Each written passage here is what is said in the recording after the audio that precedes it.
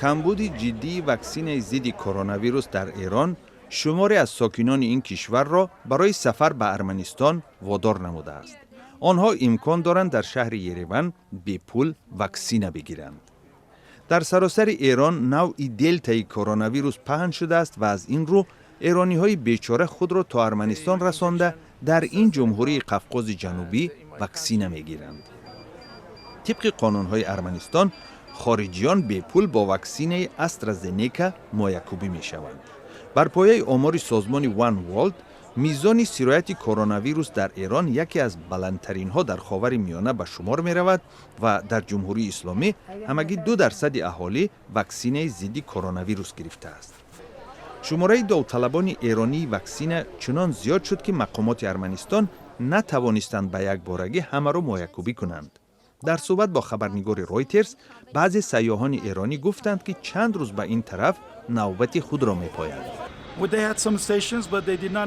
آنها چند پایگاه مایکوبی دارند ولی ما درباره جای آن معلومات نداریم. از این رو همه به مرکز شهر می آیند و در اینجا نوبت بزرگ است. اداره سیاحی ارمنستان میگوید در طول 3 ماه گذشته شماره سیاحان ایرانی تخمیناً 2 برابر بیشتر شده ماهانه به 9000 نفر رسید. پاندمی بهترین سبب برای رشد توریسم نیست، ولی با نظرداشت وضع امروزه شرکت‌های سیاحی باید امکان گرفتن واکسن را با برنامه سفر سیاحان همراه کنند.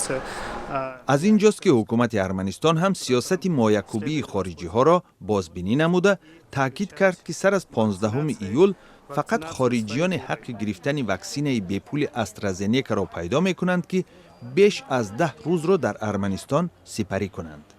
سازمان جهانی تندرستی 19 ایول گزارش داد که در ایران تاکنون بیش از 3.5 میلیون نفر گرفتار کرونا ویروس و یا کووید 19 شده.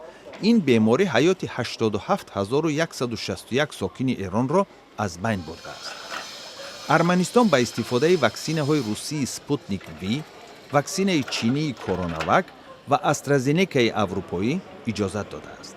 بر پایه معلومات وزارت تندرستی ارمنستان در این کشور تا امروز همگی 36550 نفر ضد کرونا ویروس واکسن گرفتند.